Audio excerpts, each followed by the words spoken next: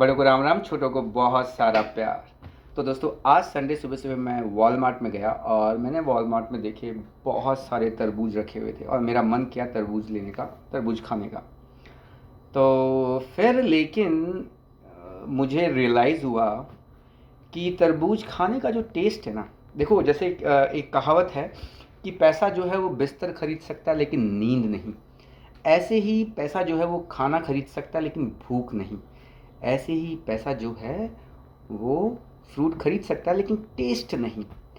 Test जो है वो सिचुएशंस जो है वो क्रिएट करती हैं, है ना। फॉर एग्जांपल, जब इंसान बहुत ज़्यादा भूखा होता है तो उसको हर चीज़ बहुत टेस्टी लगती है। तो मैंने कहा कि ये जो मेरा तरबूज खाने का मन किया है तरबूज को देख करके, एक्चुअल में मेरे ब्रेन की कोई कुछ ऐसी पुरानी मेमोरीज़ हैं जो रिवाइव हो गई, है ना। जिनमें से एक मेमोरी ये है कि खेत में बहुत धूप है, धक्के खा रहे हैं और गर्मी है, बहुत तेज प्यास लगी है, कहीं से बस एक पानी की बूंद जीभ पे टपक जाए।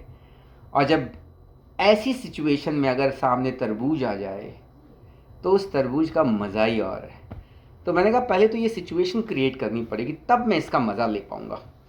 और इसलिए फिर मैंने डिसाइड किया कि आज मैं निकलता हूँ ऐसी एक सिचुएशन क्रिएट करने के लिए, और मैंने डिसाइड किया कि मैं नदी के साथ साथ निकलूँगा और आपको दिखाता हूँ आज का मेरा। सबसे पहले तो आप ये बुक देखो ना, don't sleep there are snakes. ये बुक मैंने काफ़ी हद तक, ये मैंने लगभग 50 पेज पढ़े हैं इसके भी, तो बहुत अच्छी स्टोरी लगी।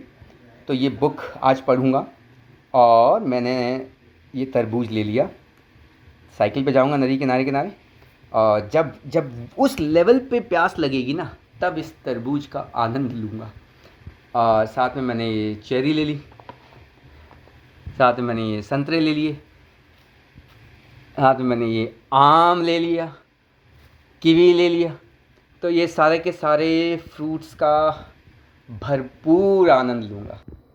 अंदर से ये फील आना चाहिए कि छुट्टी का मतलब होता है कुछ, है ना। तो आज ये पूरा फील लूँगा और हो सका तो आपके साथ रास्ते में चीज़ें शेयर करूँगा, कुछ अच्छा मिला तो।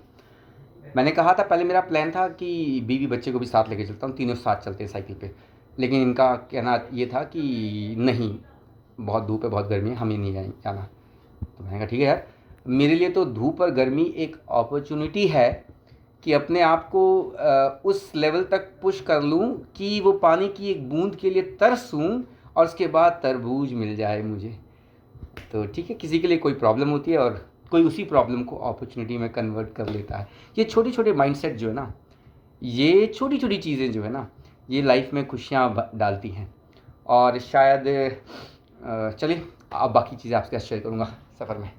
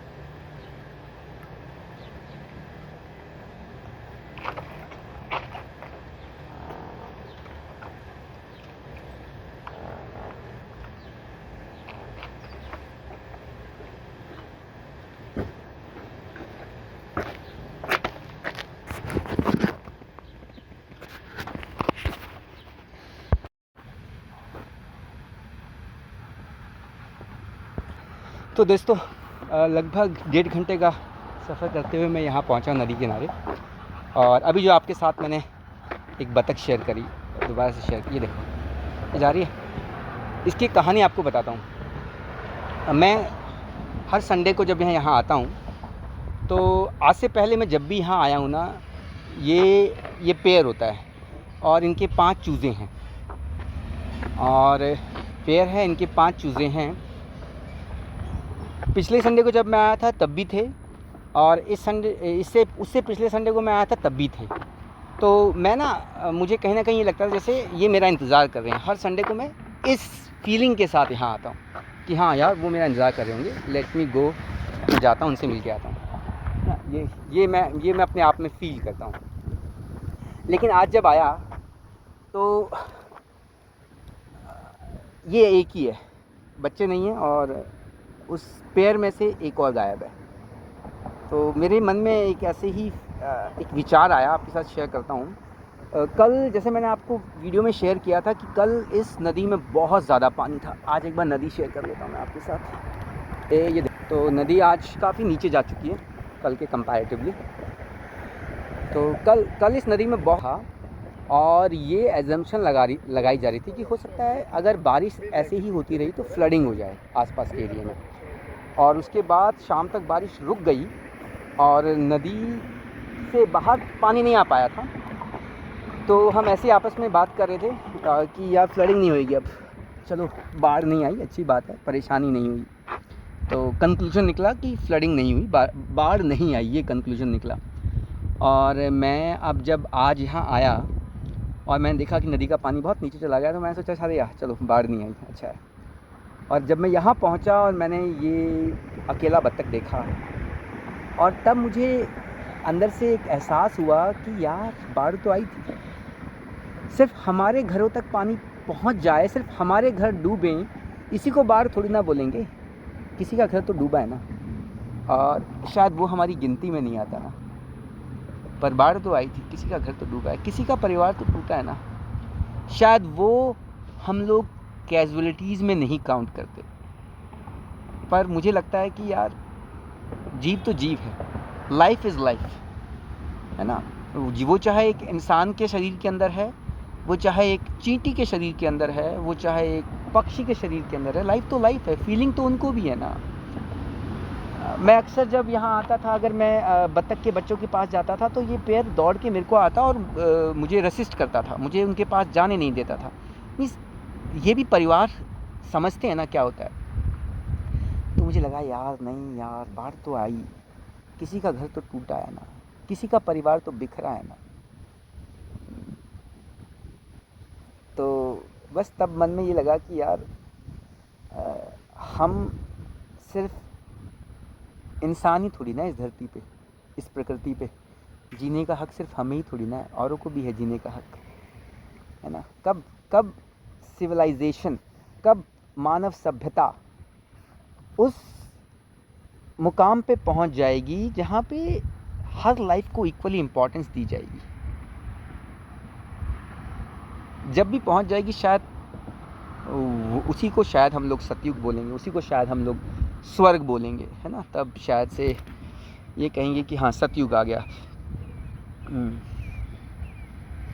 तो अच्छा है, चलिए अब मैं थोड़ी देर वो किताब पढ़ूँगा, और उस किताब में से कुछ ऐसा निकाल पाया जो मेरी बुद्धि में घुसा, कुछ मुझे सेंस बना, तो मैं आपके साथ शेयर करूँगा।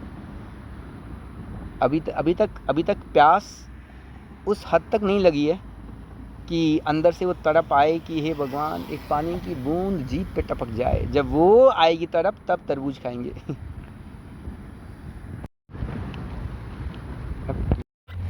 तो दोस्तों लगभग 1 घंटे का और सफ़र करने के बाद मैं एक जगह पहुंचा, और वहाँ मुझे एक ऐसा नज़ारा देखने को मिला कि इतनी खुशी हुई ना मन में, मैं क्या बताऊँ।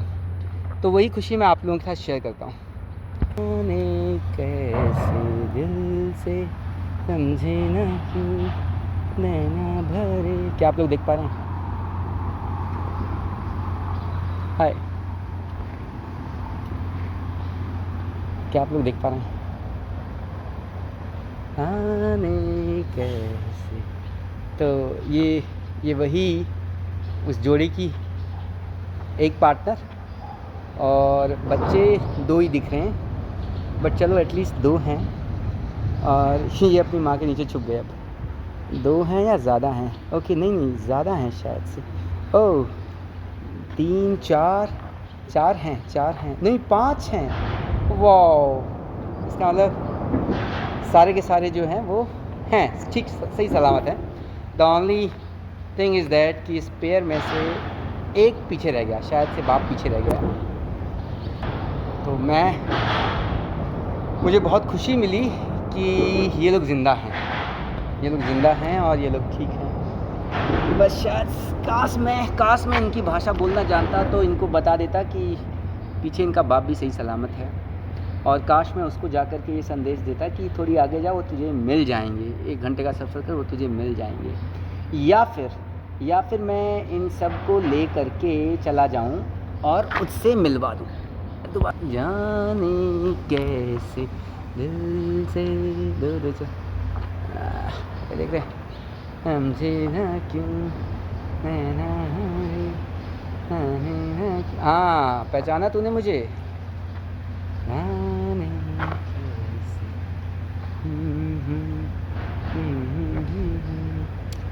आए अरे हाँ। तो दोस्तों बहुत अच्छा रहा, और देखो ये तो प्रकृति का नियम है, हो सकता है नहीं भी बचते, ये प्रकृति का नियम है, प्रकृति ऐसे ही चलती है। बट ये चीज़ मुझे बहुत अच्छी लगी कि ऐसा नहीं है कि हम ही लोगों को ऐसी प्राकृतिक आपदाओं से निपटना आता है, शायद इनको हमसे बेहतर निपटना आता है ना। जब ये बच्चे और पैर में से एक पानी में बह गए थे, उसके बावजूद भी लगभग मेरे ख्याल से ये 5-6 किलोमीटर का गैप होगा, 6 किलोमीटर की गैप के बाद उसने अपने बच्चों को निकाल लिया और दे आर सेफ। हाँ, तो सही कहा, जाको राखी साइयाँ मार सके ना कोई। और एक और भाई दिखाता हूँ, जाने के भाई साइकिलिंग के मज़े ले रहा है ना नदी में। अब मैं भी उसको ज्वाइन करता हूँ ऐसे ही, और चलता हूँ अपना सफ़र आगे कंटिन्यू करता हूँ।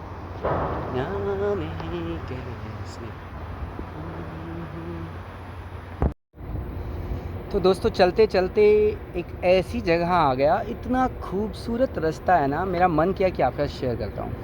तो है ना, ये दोनों तरफ सूरजमुखी के फूल, ये सनफ्लावर, ये डोमेस्टिक, ये क्या कहते हैं जिसको हम लोग सेलेक्टिव ब्रीडिंग के द्वारा जो बनाए गए हैं, बड़े फूल होते हैं बहुत, ये वो नहीं है, ये वाइल्ड सनफ्लावर हैं। इनकी खूबसूरती वाकई में देखने से मैं इसको शब्दों में बयां कर ही नहीं सकता है। वैसे तो मेरे पास मेरा शब्दों का बैंक इतना बड़ा भी नहीं है ना, तो लेकिन ये तो वाकई में अल्टीमेट, मुझे लगा किसी कवि के लिए भी इनकी सुंदरता को शब्दों में उतारना बहुत मुश्किल रहेगा, है ना। हर फूल ऐसे है जैसे मुस्कुरा रहा है देख करके, जैसे खुश हो रहा है। देखो ज़रा, कभी मेरा मानना ये है कि कुदरत की मुस्कान अगर देखनी है ना तो वो इन फूलों में होती है। This is how a God smile, है ना। ऐसे ही भगवान मुस्कुराता है, ये भगवान की मुस्कुराहट है ये। देखो ज़रा। हाँ, तो कंटिन्यू करते हैं अपने सफ़र को। अभी मुझे लगभग 3 घंटे हो चुके हैं चलते हुए, और जल्दी मुझे वापसी का सफ़र स्टार्ट करना पड़ेगा, क्योंकि अभिमन्यु को आज उसकी एकेडमी में लेके जाना है। संडे को उसकी प्राइवेट क्लास होती है, तो हो सका तो प्राइवेट क्लास में हम जाएंगे, मैं ज्योति भी जाएगी साथ में, तो वहाँ पे भी आपके साथ वहाँ के भी कुछ अच्छी मोमेंट शेयर करता हूँ।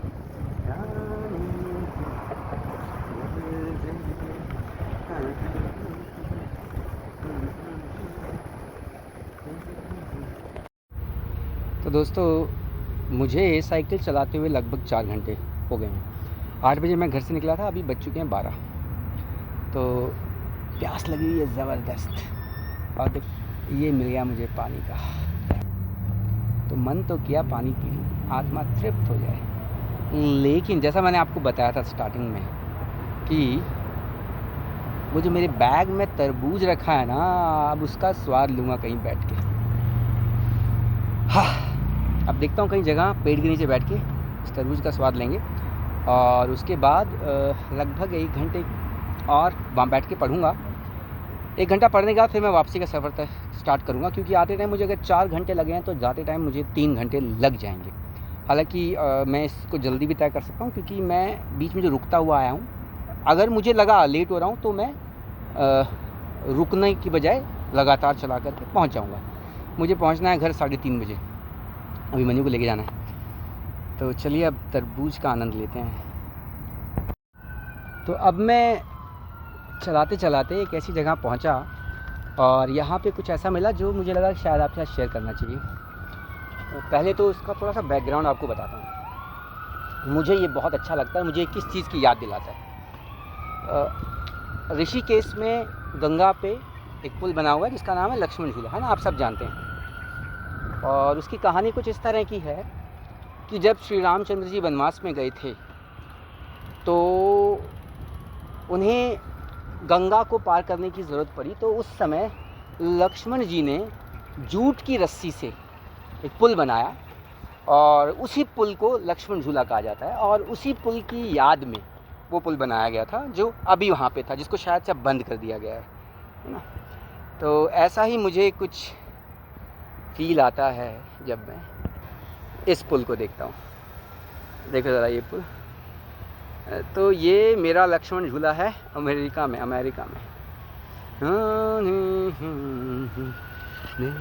तो अब मैं इस पुल से नदी के उस तरफ चला जाऊंगा और बाकी का वापसी का सफ़र मैंने सोचा है कि मैं नदी के उस साइड से करूँगा।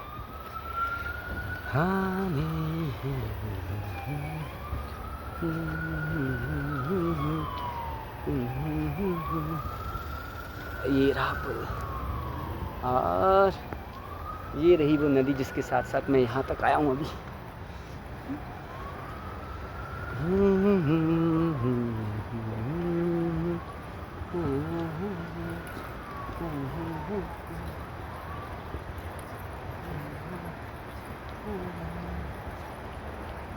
दो मन हो रहे हैं। एक मन हो रहा है कि इस साइड से सफ़र तय करूँ, एक मन हो रहा है नहीं, जिस साइड से आया उसी साइड से सफ़र तय करूँ, क्योंकि इस साइड से ना मैंने बहुत ट्रैवल किया है।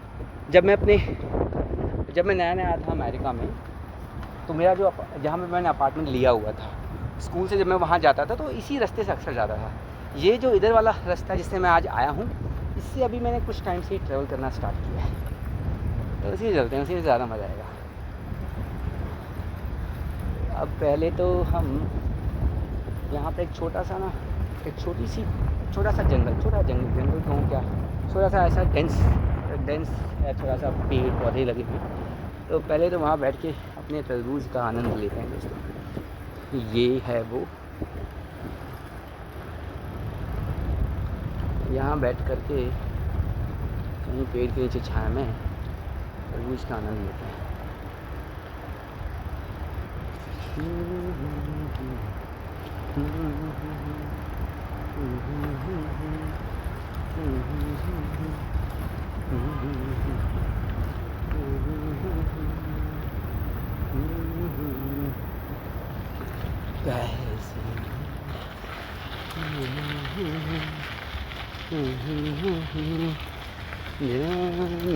कैसे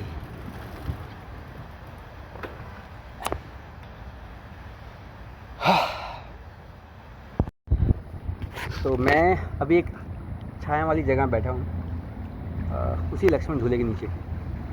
और मैंने जैसा आपको कहा था ना कि जब तड़प ऐसी हो जाएगी कि आए पानी की बूंद एक जीभ पे गिर जाए, तब तरबूज का मज़ा आने वाला।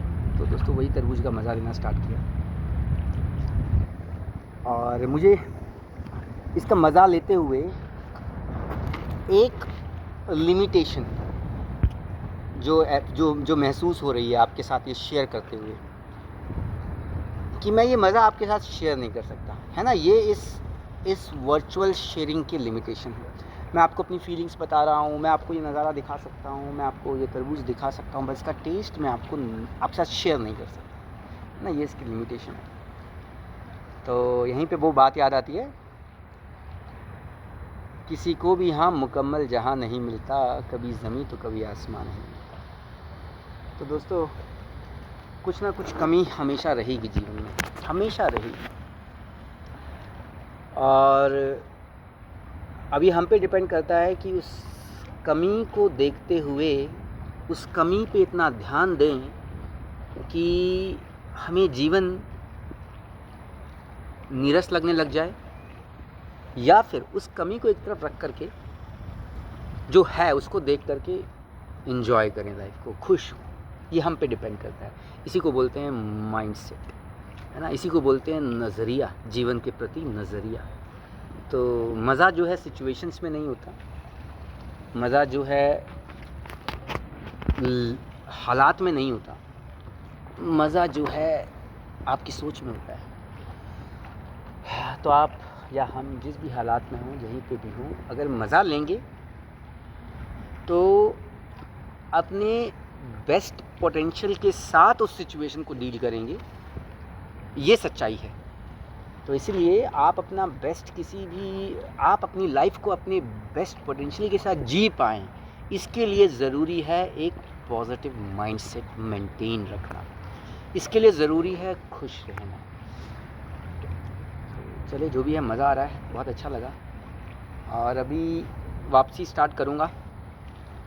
ये बुक पढ़ी मैंने, और इस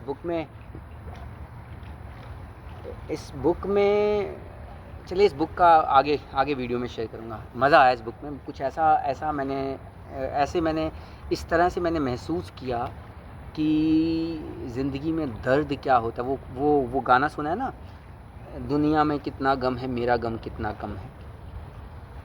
तो इस बुक को पढ़ते हुए एहसास हुआ कि हाय हाय, दर्द क्या होता है, हमने अभी देखा कहाँ है दोस्तों।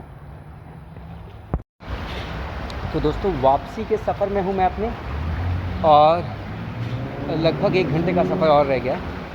और रास्ते में ये कुछ बत्तखें मिली, और इन बत्तखों के साथ कुछ वार्तालाप मैंने किया। आप लोगों के साथ वो शेयर करता हूँ मैं।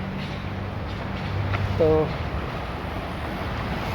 हाँ, तो वार्तालाप कुछ ऐसा था, ऐसी फीलिंग आई मेरे मन में कि मैंने इनको कहा कि यार, काश मैं कुछ इनके खाने का लेकर के आता, या फिर वो जो मैंने आज आपको पहले बताया था ना, वो बत्तख मिली थी, उसके बच्चे थे। काश मैं उसके लिए कुछ कर पाता और उसको उसकी फैमिली से रीयूनाइट कर पाता। मेरे मन में ये फीलिंग आई, और तभी मेरे मन में एक दूसरी आवाज़ आई, इन बत्तखों की आवाज़ थी। वो शेयर करता हूँ आपके साथ। तो इन्होंने मुझसे कहा, अबे तू हमें देगा, औकात नहीं तेरी, हमसे ले कुछ ले सकता है तो। और मैंने कहा, अबे मैं तुमसे क्या लूँगा, तुम्हारे पास देने को है क्या? और इन्होंने कहा, हमारे पास देने को है क्या? अबे इतनी बुद्धि नहीं है तेरे अंदर कि तू उसको समझ पाए कि हमारे पास देने को है क्या। तुझे क्या लगता है, वो जो बाढ़ आई कल, हमारे घर उजड़ गए उससे, हम दुखी हो गए उससे? अरे वो तो हमारे लिए एक वाटर पार्क था, कल हमने एंजॉय किया। तो मैंने कहा, अच्छा वो जो तुम्हारी फैमिली टूट गई, वो तुम्हारा डैड पीछे, उस बच्चों का बाप पीछे रह गया, वो? तो दूसरी आवाज़ आती है, अबे तुझे क्या लग रहा है कि अगर वो वहाँ रुक सकता था, हम वहाँ नहीं रुक सकते थे? ये तो बहाना था, हमें उससे पीछा छुड़ाना था। तो ये तो हमने पीछा छुड़वाया उससे। ज़िंदगी इसी का नाम है, जीना सीख लो तुम लोग। तो मैंने कहा, अच्छा यार। तो मैंने कहा, यार पता नहीं, ये बात हजम नहीं हो रही मुझे। उसके साथ क्या कमी थी भाई, उसके साथ भी तो मज़ा ही आ रहा था लाइफ का। बोली, चल तू ये बातें नहीं समझेगा। मैंने कहा, अच्छा और क्या है तुम्हारे पास देने के लिए? तो बोली, हमारे पास, अबे तुझे हफ्ते में 2 दिन मिलते हैं जब तू अपनी मर्ज़ी से जीता है। तू अपना साइकिल लेकर के नदी किनारे निकलता है, तेरा मन करता है वहाँ रुकता है, तेरा मन करता है तब चलता है। साला हम रोज़ ऐसे जीते हैं, है ना। मन करता है तो इस नदी में डुबकी लगाते हैं, और मन करता है तो बाहर आकर के छाया में बैठते हैं, मन करता है तो में बैठते हैं, मन करता है तो इस धूप में बैठते हैं। तो मन की ज़िंदगी जीते हैं हम लोग। और तब मुझे एहसास हुआ, यार वाकई में मैं क्या दूँ मैंने। और इन्होंने कहा, वो जो तुम लोग कुछ खाने का लेके आते हो और हम वो खा लेते हैं, तुम्हें क्या लगता है हम उस खाने के भरोसे हैं? हमारे पास खाने की कमी नहीं है, ऐसा कहा इसने मुझसे। हमारे पास खाने की कमी नहीं है, भरी पड़ी है ये नदी। ये नदी हमारे खाने से भरी पड़ी है, बलाबल भरी पड़ी है, लबालब भरी पड़ी है। तो मैंने कहा फिर तुम पूँछ लाते हुए क्यों आते हो? तो कहती है कि वो तो हम एहसान करते हैं तुम्हारे पास, तुम्हारे ऊपर एहसान करते हैं, ये हमारे ऊपर एहसान करते हैं। मतलब कि तुम लोग जो हमारे लिए लेके आते हो ना, तो तुम लोग कुछ उम्मीद से, कुछ तुम्हारी फीलिंग्स जुड़ी होती है, जब हम उसको खाते हैं तो तुम्हें अच्छा लगता है। और तब मुझे लगा यार तुम लोग तो बड़ी केयर करते हो औरों की इमोशंस की। तो उसने कहा क्या तुम्हें लगता है तुम ही केयर करते हो? तुम घंटा केयर नहीं करते, चलो हम केयर करते हैं इस कुदरत का। तो दोस्तों ये थी इसकी, इनकी सोच ये थी, जिसको मैंने समझने की कोशिश करी और जिसको मैंने डिसाइफर किया इनकी भाषा को। तो ऐसा है, वाकई में ऐसा है। और लॉजिकली मुझे लगा यार ऐसा है भी, है ना, ऐसा है भी। तो इनको हम क्या देंगे, इनसे ले लेना चाहिए, कुछ ले लो इनसे। लेने को बहुत कुछ है इनके पास, हमें देने को बहुत कुछ है। चलते हैं सफ़र दोस्तों। फ़ोन आ चुका है कई बार कि जल्दी पहुंच जाना, टाइम से जाना पड़ेगा। इनके जैसी आज़ाद ज़िंदगी नहीं है ना, ठीक है ना। चला ये परिवार खींच ही लेता है पीछे। बाय दोस्तों।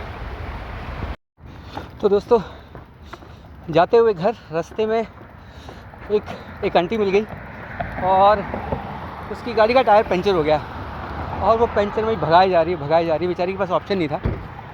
तो मैंने उसको थोड़ा चेज़ किया, उसको रोक करके मैंने कहा कि मैं आपकी हेल्प कर सकता हूँ, ठीक है। तो यार इनका टायर चेंज करते हैं, इनका टायर चेंज कर देता हूँ।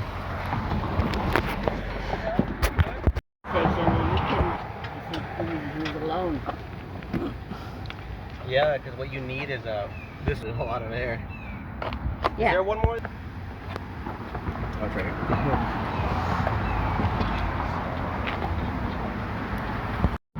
तो दोस्तों ये आंटी कार हमने रेडी कर दी है। मैंने ये बेचारी फ्लैट टायर लेकर के गाड़ी पेलती हुई आ रही थी।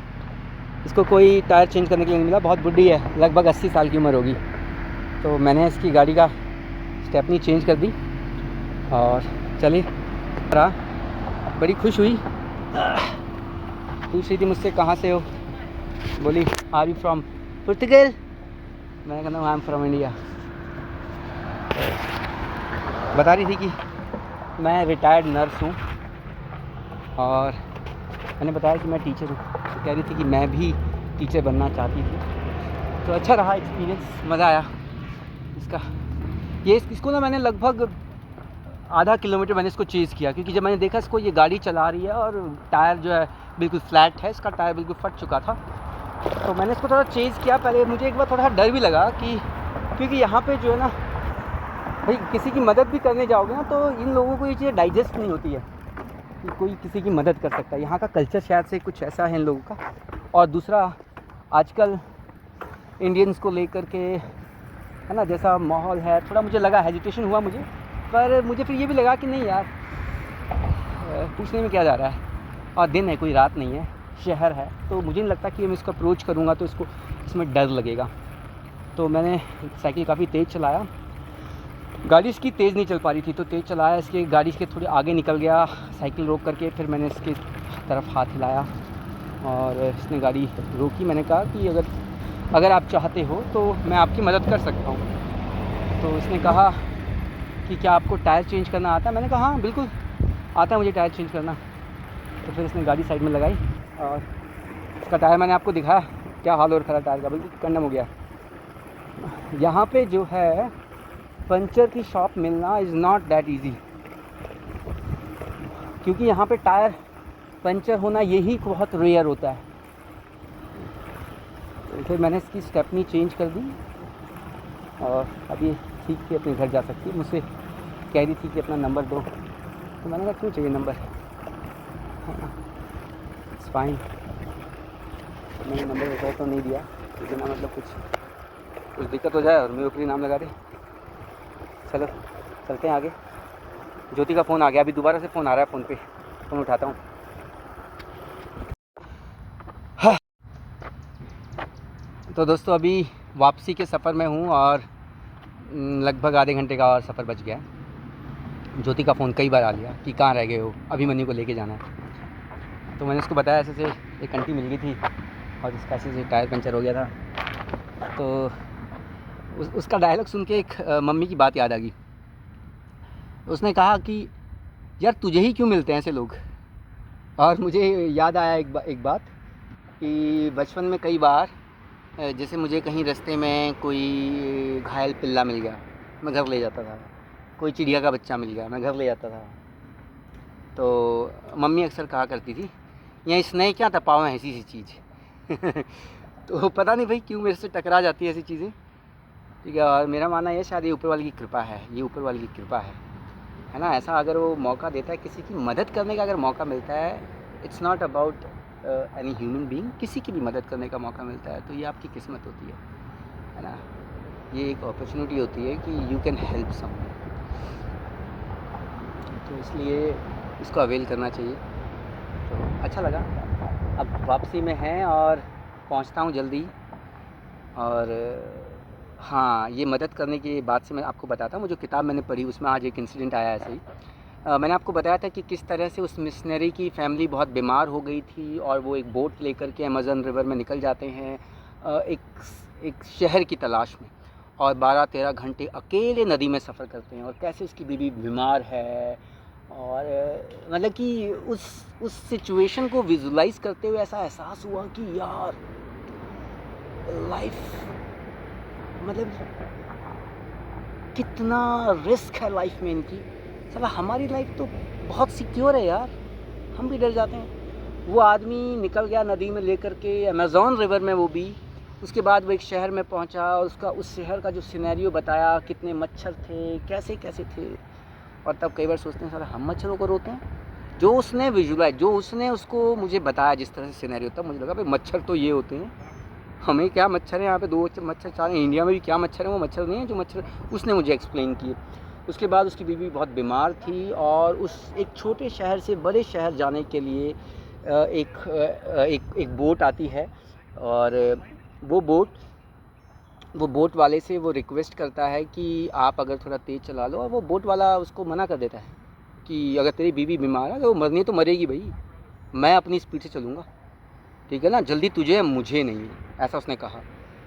और तब लगा कि यार देख क्या उस इंसान ने जो अपनी फीलिंग्स बताई, और तब एहसास हुआ कि वाकई में यार कितना बुरा लग रहा होगा, कि यार कितना हेल्पलेस महसूस कर रहा था वो।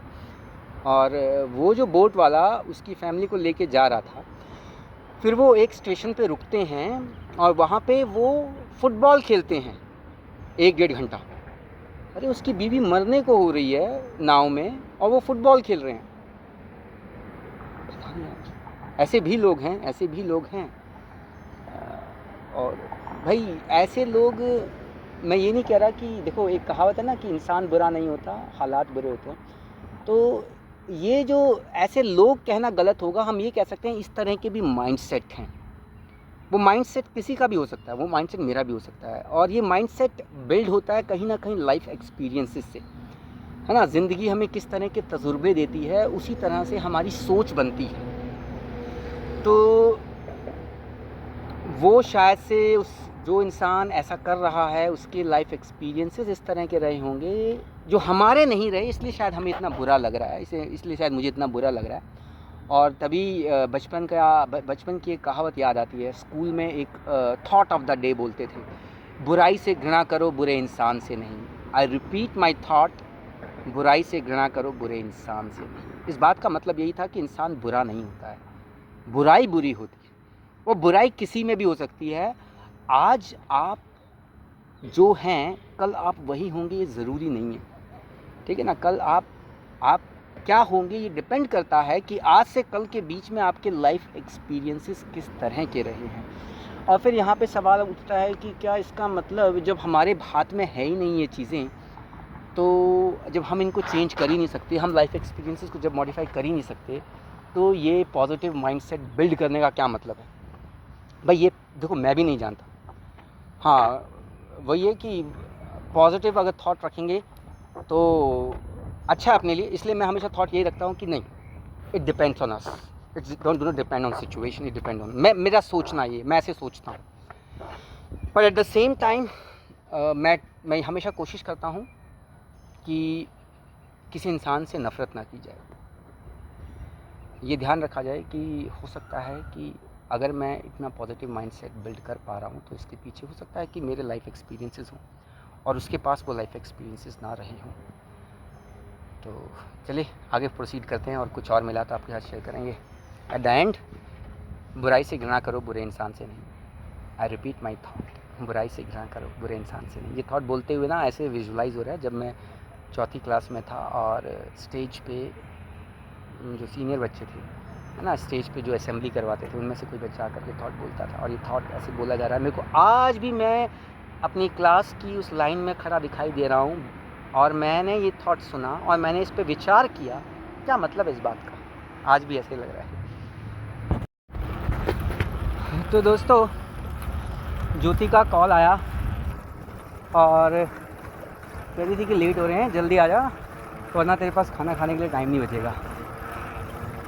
मैं सुबह 8 बजे निकला था और शायद से मैं पहुंच जाऊंगा 3 बजे तक, 3 नहीं तो 3:30 तक, मतलब लगभग 7.5 घंटे का अपना ये सफ़र रहा। तो कहने लगी कि अबे एक दिन तो मिलता है आराम करने के लिए, तो आराम कर लेता है आज तो मैंने उसको कहा कि यार अपना ना एक दिन के आराम में काम नहीं चलता, अपने को रोज़ आराम करना है।